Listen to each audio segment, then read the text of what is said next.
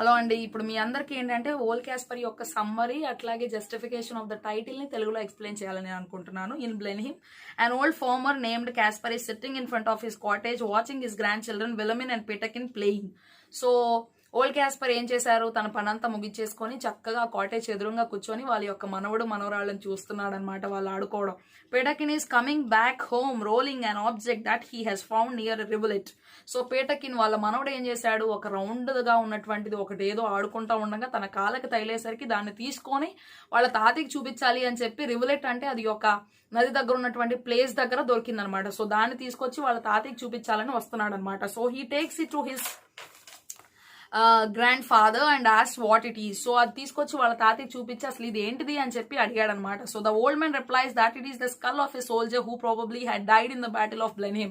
So అప్పుడు వాళ్ళ తాతయ్య చాలా సామాన్యంగా స్పందించి ఏం చెప్తున్నారంటే, ఇది ఒక మనిషి యొక్క పుర్రె. ఎవరైతే ఆఫ్టర్ Blenheim అనేటువంటి ఒక యుద్ధంలో పాల్పొందినటువంటి ఒక వ్యక్తి యొక్క పుర్రె, అంతేగాని ఇదేం పెద్ద గొప్ప విషయం కాదు, ఇదేం ప్రత్యేకమైనది కాదు. ఎందుకంటే ఆయనకి రోజు కూడా కనిపిస్తూనే ఉంటాయి అనమాట, ప్రతిరోజు ఆయనకి కనిపిస్తూనే ఉంటాయి. కాబట్టి ఇదేం పెద్ద గొప్ప విషయం కాదనమాట. సో ఓల్డ్ క్యాస్పర్ కి సో ప్రతిరోజు అది కనిపిస్తూ ఉండేసరికి ఆయనకి పెద్ద గొప్పగా ఏం అనిపించలేదు, చాలా నార్మల్ గా ఆయన స్పందించాడు అనమాట. So the curiosity of the children is aroused and they ask their grandfather about the battle. So అప్పుడు వాళ్ళకి చాలా ఉత్సాహం వచ్చిందనమాట. సో ఈ వార్ యొక్క విశేషాలన్నీ కూడా తెలుసుకోవాలి మనం. అసలు ఈ వార్ ఏంటి, ఈ వార్లో ఏం జరిగింది, అసలు ఎవరెవరు పార్టిసిపేట్ చేశారు, ఇది ఒక స్టోరీయా, దీని గురించి మనం బాగా తెలుసుకోవాలని చెప్పి వాళ్ళ గ్రాండ్ ఫాదర్ని, వాళ్ళ తాతని అడగడం మొదలు పెట్టారు. The grandfather starts by saying that English routed the French in what people call a famous victory.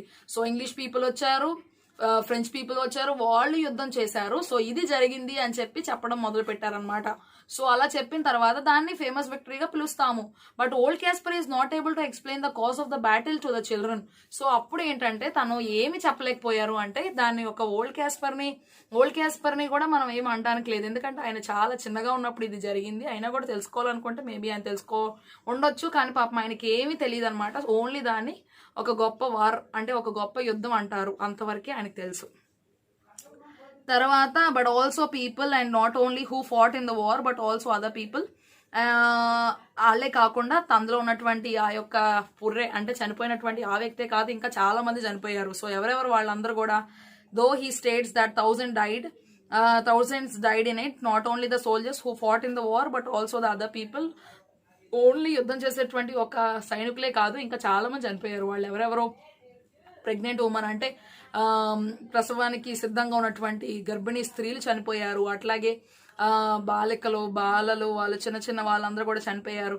So these are the cost one pays for the war. So ఇది మనం వార్, అసలు ఈ యుద్ధం జరగడానికి కారణం ఎందుకు చేయాలి, యుద్ధం చేయటం వల్ల లాభం ఏంటి అని విలమైన అడుగుతుంది అనమాట. సో అందుకని యుద్ధం చేయటమే ఒక బ్యాడ్ థింగ్ అని చెప్పి ఆమె దాన్ని వికెట్ థింగ్ అంటే ఒక చండాలమైనటువంటి ఒక పని అనమాట. అది చేయడం వల్ల ఎవరికి కూడా ఎలాంటి లాభం కూడా లేదు.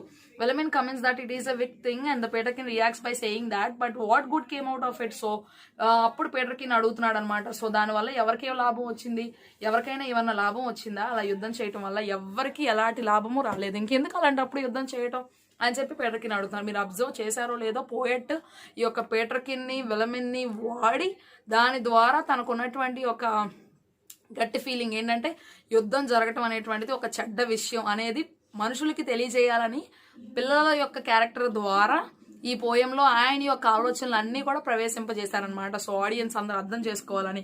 సో ఆయన యొక్క ఆలోచన అంతా కూడా ఇందులో పెట్టారనమాట. So what good came out of it at last, old Casper could not say anything to this but merely reiterates the fact that it was a famous victory. So he can tell it as a famous victory. He cannot say anything more than that. He can say that it is a famous victory. That's it, not anything more than. So justification of the title అంటే ఇప్పుడు దీన్ని మనము నిజంగా after Blenheim అనేటువంటి ఒక title ఏదైతే మనం ఇవ్వడానికి, దానికి ఆ టైటిల్ ఇవ్వడానికి ఎంతవరకైనా న్యాయం ఉండదా, ఖచ్చితంగా అది కరెక్టేనా అలా పిలవడం. So Robert Southey's poem After Blenheim is an anti-war poem where the poet makes two child protagonists, Wilhelmine and Peterkin, ask questions to old Caspar, their grandfather. So ఇక్కడ చూసినట్లయితే కనుక ఇక్కడ పోయెట్ అంటే ఒక కవి ఏం చేశారంటే 2 మంచి విలువైనటువంటి క్యారెక్టర్స్ తయారు చేశారు. అవి ఎవరెవరు? వెలమిన్, పేటర్కిన్. ఓల్డ్ క్యాస్పర్ యొక్క మనవడు మనవరాలు. వాళ్ళు కొన్ని క్వశ్చన్స్ ప్రశ్నలు అడుగుతా ఉంటారన్నమాట ఈ యొక్క యుద్ధం గురించి ఓల్డ్ క్యాస్పర్ ని తరచుగా. So about the victory in the war of Blenheim, and Blenheim is the English name for the German village of Blindheim. Blindheim is a place. So అలాగొచ్చిందనమాట ఈ యొక్క బ్లెన్హిమ్ అనేటువంటి పేరు. Situated on the left bank of the Danube river in the state of Bavaria in southern Germany. So ఇక్కడ located అయినటువంటి place ఒక Blindheim అనేటువంటి place ఏదైతే ఉందో దాని ద్వారా బ్లెన్హిమ్ అనేటువంటిది వచ్చింది. Old Casper merely could answer that it was a famous victory. దాన్ని నేను చెప్పగలను ఏమని, దాని యొక్క బాగా ప్రసిద్ధమైనటువంటి ఒక గొప్ప యుద్ధం అని చెప్పగలను. కానీ ఎందువల్ల చెప్పలేను, ఏంటో కూడా నేను చెప్పలేను అనమాట.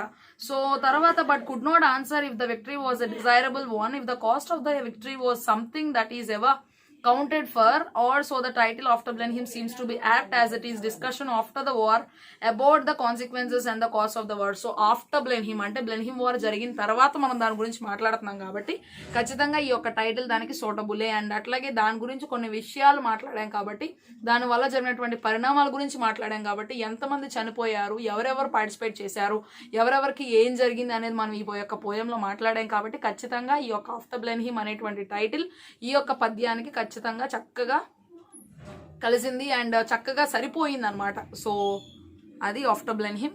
మీకు అర్థమైందని అనుకుంటున్నాను. Thank you.